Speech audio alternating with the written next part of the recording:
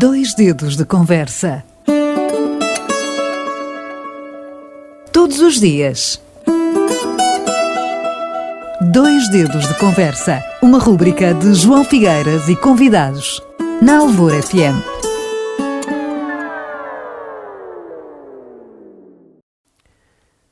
Hoje em antena temos a presença do nosso colaborador Luís Antunes, ele que está diretamente aqui ligado ao futebol, ligado ao nosso Portimonense, nos relatos, nas opiniões acerca daquilo que se passa no futebol da Primeira Liga.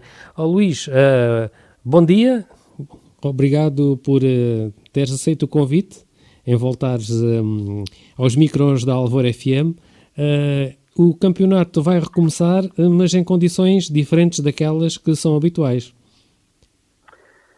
Bom dia, João Figueiras, bom dia para todo o auditório da Alvor FM. De facto, esta Liga NOS 2019-2020 vai regressar em condições bastante estranhas, com 1001 limitações.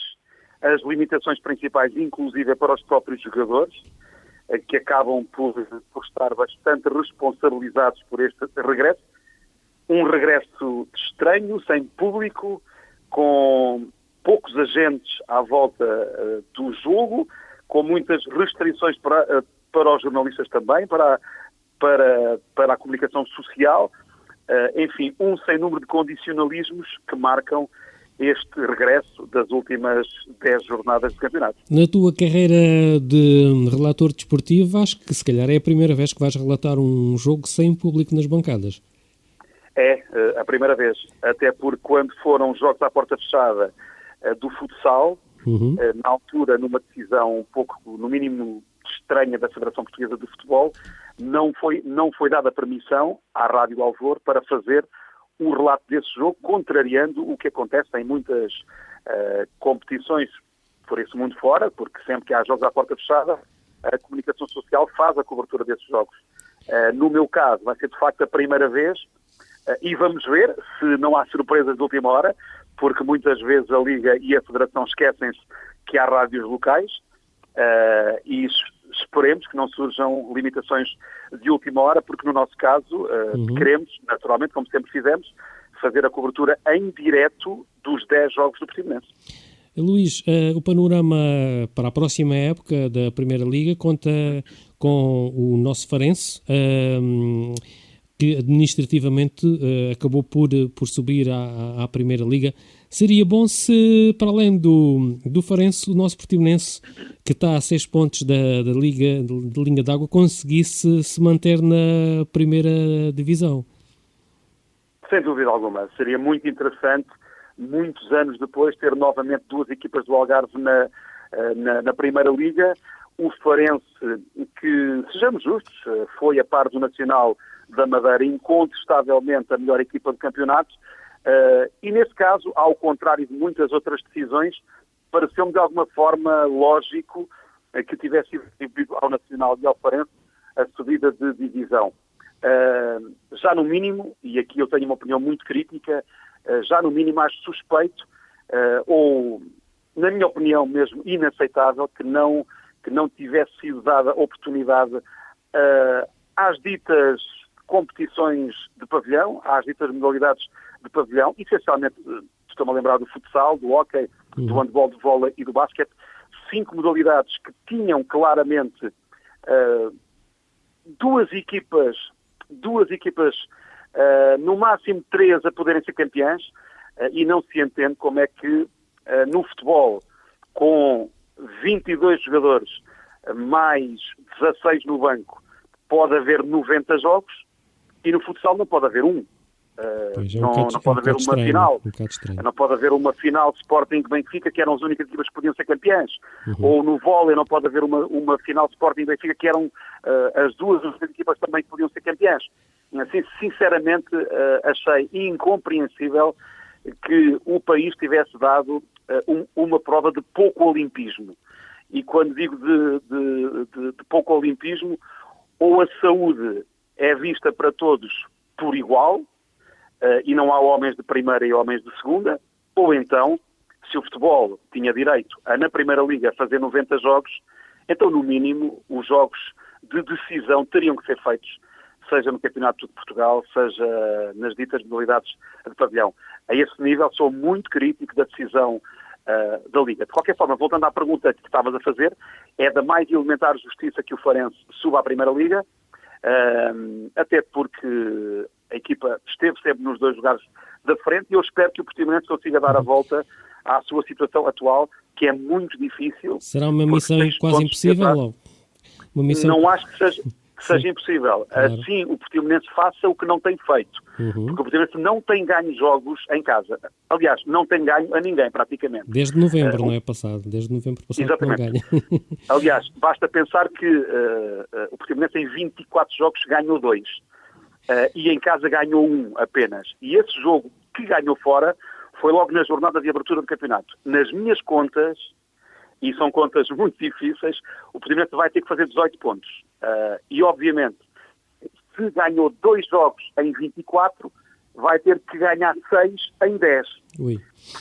Não é fácil. Na minha conta vão ser necessários 18 pontos para o Portimonense ficar. Agora, João, faltam 6 jogos em casa, retirando o jogo do Benfica, esses 6 jogos em casa, portanto, na minha opinião, 5 deles são passíveis de ganhar. Gil Vicente, dia 3 de junho, Marítimo, dia 22 de junho, Vitória de Guimarães, dia 4 de julho, Boa Vista, dia 14 de julho. Na minha opinião, estes jogos são jogos para ganhar. E depois o último jogo em casa, que ainda não tem data, que vai ser o último jogo do campeonato. Acredito que se o Portimonense ganhar estes 5 jogos em casa, faz 15 pontos e depois vai ter aqui 2 jogos fora, que eu acho que podem ser jogos, o Santa Clara e o Famalicão, que não vão jogar em casa, tudo indica. Acredito que o Portimonense, de facto, possa fazer pontos nestes jogos e depois vai uma autêntica final. Às 17 horas do dia 20 de julho, o Portimonense desloca-se a Passos de Ferreira. E se o Portimonense chegar a esse jogo, por exemplo, apenas a 3 pontos do Passo, obviamente pode, ganhando esse jogo, virar o campeonato a favor. Muitos números, muitas contas, pois. Mas vamos ver. Luís, mas o facto de o Portimonense conseguir jogar no seu estádio, porque foi aprovado pela DGS, por reunir todas as condições sanitárias, já é uma mais-valia, dadas as circunstâncias que se encontram numa posição bastante desfavorável. Aí já foi uma vitória, de facto. Foi uma vitória e foi uma decisão mais do que justa, porque estamos a falar do melhor relevado do país, estamos a falar, na minha opinião, da melhor bancada de imprensa do país, e nós já fomos ao Alvalade, à Luz, ao Dragão, na minha opinião, é a melhor do país. Estamos a falar na região do país com equipas na Primeira Liga com menor número de infecções por coronavírus, com menor número de doenças. Portanto, não havia nenhuma condição que justificasse, ou nenhuma razão que justificasse o não ao Portimão Estádio, que sem dúvida alguma mereceu este sim por parte da DGS e depois, consequentemente, por parte da Liga. Lembra aqui aos nossos ouvintes qual é a hora em que vais relatar o nosso Portimonense com o Gil Vicente? Gil Vicente é dia 3 de junho, às 19 horas, portanto o jogo que vai marcar a reabertura do campeonato. É um jogo muito importante. Aliás, o Portimonense vai ter 2 jogos em casa seguidos, Gil Vicente e Benfica. Dia 10 de junho, o Benfica às 7h15, portanto 19h15. É claro que, em condições normais, o Benfica é do outro campeonato, mas eu recordo que há um ano o Benfica perdeu aqui 2-0, e este ano o Portimonense, frente ao Porto, por exemplo, só foi derrotado em casa ao minuto 98, estava 2-2 no marcador, e só foi derrotado no Dragão ao minuto 90. Portanto, o Portimonense vendeu muito cara essas 2 derrotas e acredito que possa ser um adversário difícil para o Benfica também. Mas este jogo do Gil, de facto, é muito importante. Façamos votos para que tudo corra bem, o nosso Portimonense, e o correr bem, de facto, é permanecer na Primeira Liga. Penso que justamente é o local que ele deve ocupar. Para finalizarmos, Luís Antunes, gostaria que falasses um bocadinho sobre o futsal do nosso Portimonense, que esta época se estreou na primeira divisão.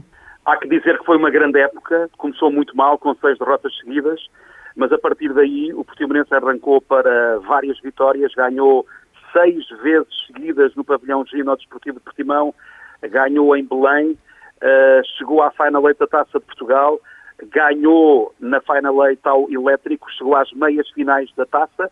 Na Primeira Liga estava mais perto de chegar aos play-offs, estava perfeitamente garantida a manutenção e, portanto, há que dizer que foi uma época muito boa da equipa de futsal do Portimonense. Muito bem. Olha, Luís, felicidades para o teu trabalho e até uma próxima. Um grande abraço. Obrigado, João. Um abraço. 2 dedos de conversa. Todos os dias. 2 dedos de conversa. Uma rúbrica de João Figueiras e convidados. Na Alvor FM.